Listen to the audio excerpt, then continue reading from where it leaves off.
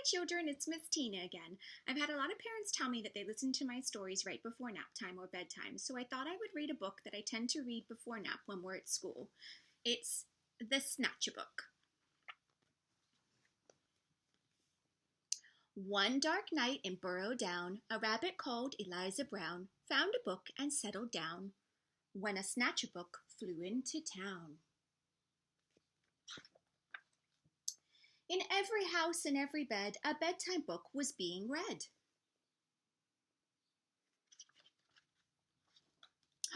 Tales of dragons spitting flames, witches playing spooky games, pirates on the seven seas, princesses trying to sleep on peas, and every child in every bed listened hard to each word said.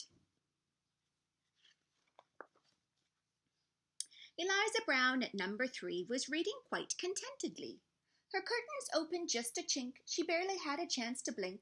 Her storybook just disappeared. Eliza found that very weird. The little owls on Mummy's lap were quite surprised to hear a tap against their bedroom window pane. Tap, tap, they heard the noise again. Before they'd even looked around, the book was gone without a sound.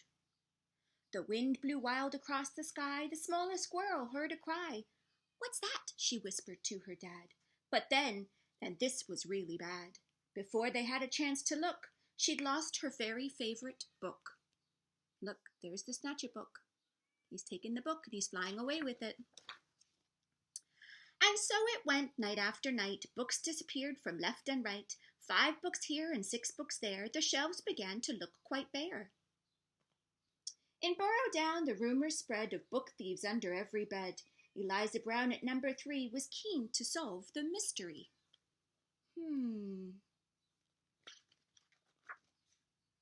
She planned one night to lie in wait and use a pile of books as bait. Long hours passed without a peep. She'd nearly fallen fast asleep when suddenly Eliza heard a flap of wings, a bat, a bird. Eliza saw a shadow loom, enormous right across her room. What kind of monster could it be? Eliza thought, "You don't scare me." And yet her heart was beating fast. She'd have to face the thief at last.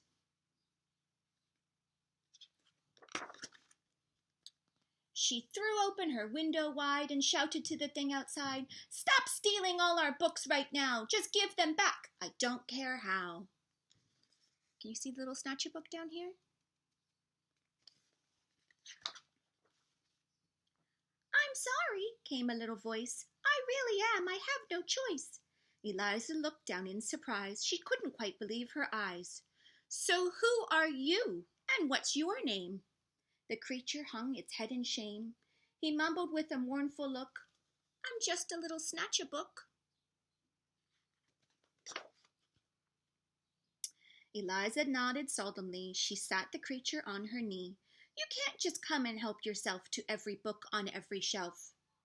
A tear rolled down from the creature's eye, and softly he began to cry. "I know it's wrong, but can't you see? I've got no one to read to me." Eliza sighed. He looked so sad. If he just had a mum or dad to read him stories every night, well then he might behave just right. That very night they hatched a plan, and so the Snatchabook began